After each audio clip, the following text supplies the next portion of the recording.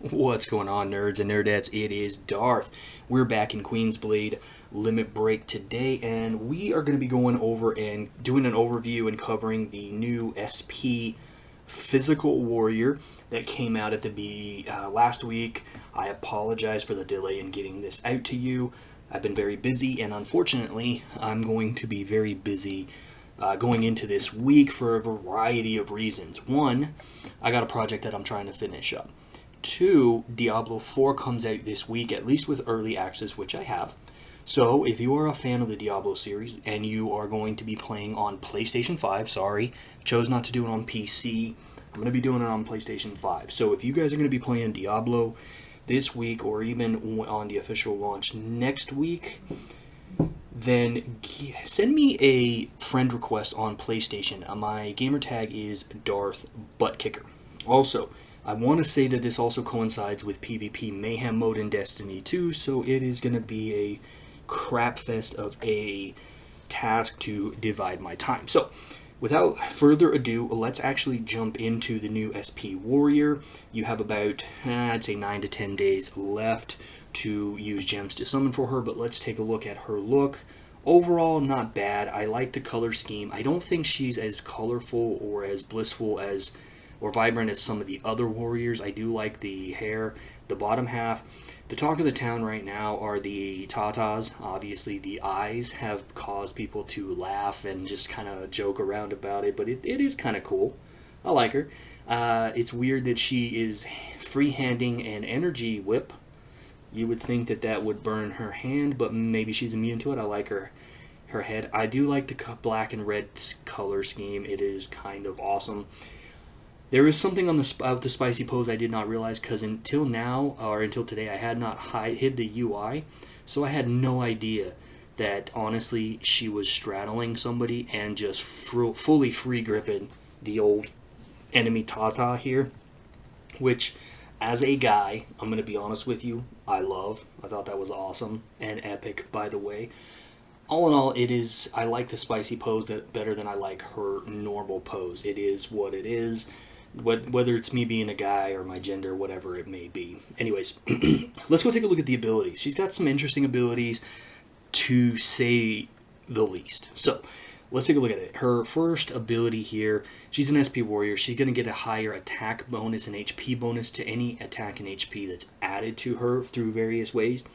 She's also going to get just a flat 30 speed bonus. However, she has the ability at the start of battle to grant herself Arden Guard. Keep in mind, we are taking a look at maxed out abilities here, guys. And maxed out abilities can be done at rank 10, level 280, or level 81, I want to say. So, but anyway, she grants Arden Guard. Arden Guard basically reduces damage taken and continuous damage by 20%. This is actually pretty huge. This is damage taken versus continuous damage. If you don't know, continuous damage is things like burns, poisons, bleeds, curse, things like that. Damage taken is direct damage through attacks. And no, continuous damage is not an attack, it is continuous damage. She will heal up to 30% of her max HP when below 50%, and she doesn't just do that once. She has the ability to trigger the healing every 4 turns. So this is not a one-off. Congratulations to G123 for making an SP Warrior who doesn't do something cool and then have a one-off, and she's completely useless for the rest of the time in terms of certain abilities. However, do not discount damage taken. She's a little beefier than a normal warrior going into battle, because she just grants herself 20% damage reduction and continuous damage reduction. Defense is different. Defense and damage reduction do reduce the amount of damage taken, and little is known, at least by me, about how defense scales. And with Pierce, with all the Pierce and things like that going on, defense is only good to stack in the right mannerism and through gear. Damage reduction, straight damage reduction, is actually better than defense for a plethora of reasons. A straight 20% damage reduction is always generally going to be better than a 20% increase in defense. It's very cool. Anyways, let's skip the first ability. Let's go to this one here, dealing 120% magic damage, which just kind of sucks. They really, mages need an overhaul to a lot of the mages. This 100 to 120% damage, just because they're a support doesn't mean that they shouldn't be, especially if they really only have one damage attack, shouldn't be this low. Now, this warrior does not just have one damage attack. She actually makes up for it, which a lot of warriors do not make up for having such a low attack. She has a 60% chance to inflict burn and a 70% chance to inflict immolation. Now, immolation basically gives the enemy a 50% less healing, which is awesome. I'm looking at P Claudette here. Healing and takes 30% more damage from burns. Now, burns range anywhere from 15 to 25%. Yes, 15 to 25%, most common being 15 and 20. This also applies to flame burn, if you don't know. So 30% is not being added to 15. It's 30% of 15 is being added. So think about it as 4.5. And they do round up, so it'd probably be somewhere around, I don't know, whatever that is. I can't do basic math right now. I don't know, 20%, 21%. They do round up and down if you don't already know. Let's go back to the first ability. Grants loyalty to all allies. I like this statement. I'm tired of seeing support warriors come in here and only grant whatever it is they do to a random ally or the ally with the highest attack. Theoretically, I think that they really thought that people were building a team around one DPS, which normally that's all you would need, especially with bosses. That is not true for a variety of reasons. I don't have time to go into that now, but just understand that building around one DPS is a viable solution, a viable option, but you're going to be handicapping yourself in a number of ways. Talk about more about that in subsequent videos, but anyways, grants loyalty. Loyalty increases the attack of the allies by 20%. That's huge. She also grants a 30% chance to all allies who attack with under loyalty. They have the chance to grant corroding flames, which lasts for 2 turns, cannot be removed. This is something that I'm also noticing in a lot of warriors is cannot be removed. I think that they know that one of the most popular rune skills is Advanced Purify. I have mentioned it in several videos, and I think that they're trying to limit the usage of that and make a lot of abilities on warriors a little more viable. However, I think that that's a dangerous path to go around when they could easily tweak the Advanced Purify rune to make it less effective but still have its place in the rune skills. But anyways, Corroding Flame, basically at the end of the status owner's turn, they will lose HP equal to 10% of missing HP. Missing HP, not current HP.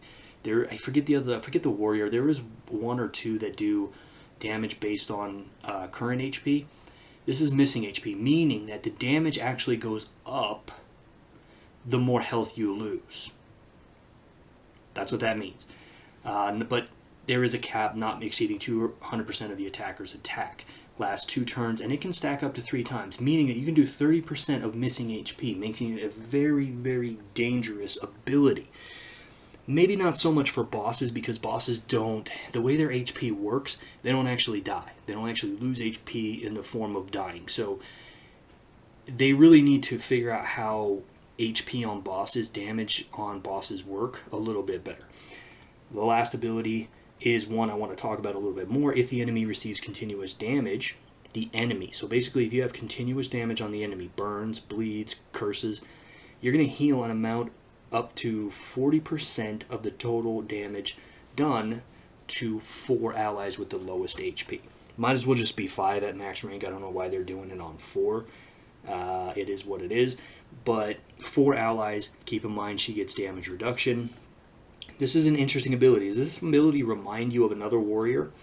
Let's go take a look at Arden Guard. Also, ironically, in the physical ability, is that when receiving continuous damage, so continuous damage done to you, you will heal 42% of the total damage, but it's distributed equally among the living warriors. So if you have these 2 warriors, and I've tested this out at length the last few days, both of these warriors on a team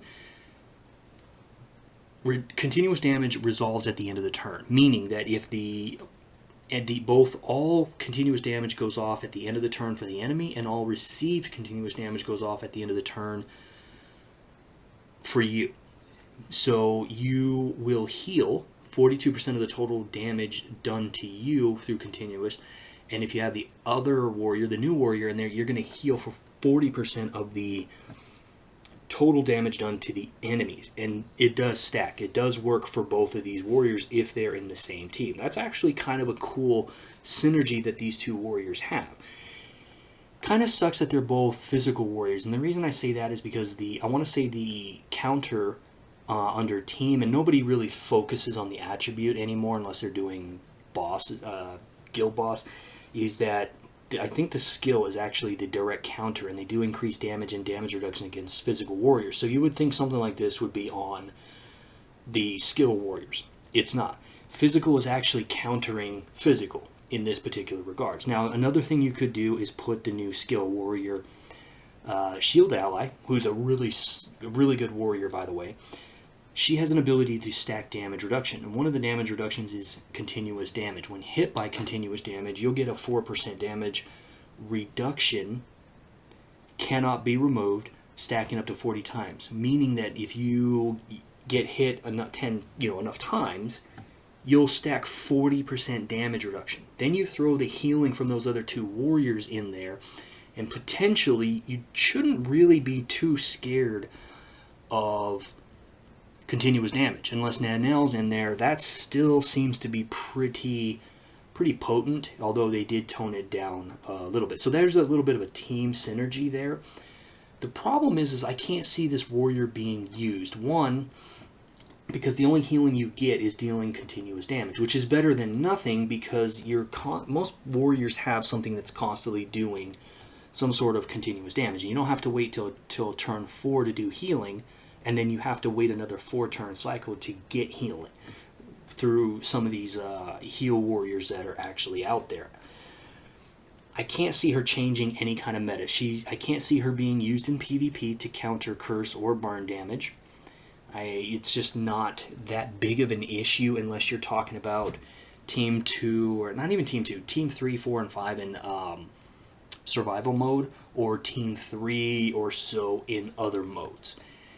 I can see building a team around it, which would be fun, but the problem is PvP is still dominated by the fish, and is still dominated by curse damage and other particular warriors, that this is one of those warriors who will not have a chance to shine. Now, in PvE content, still does not have a chance to shine either.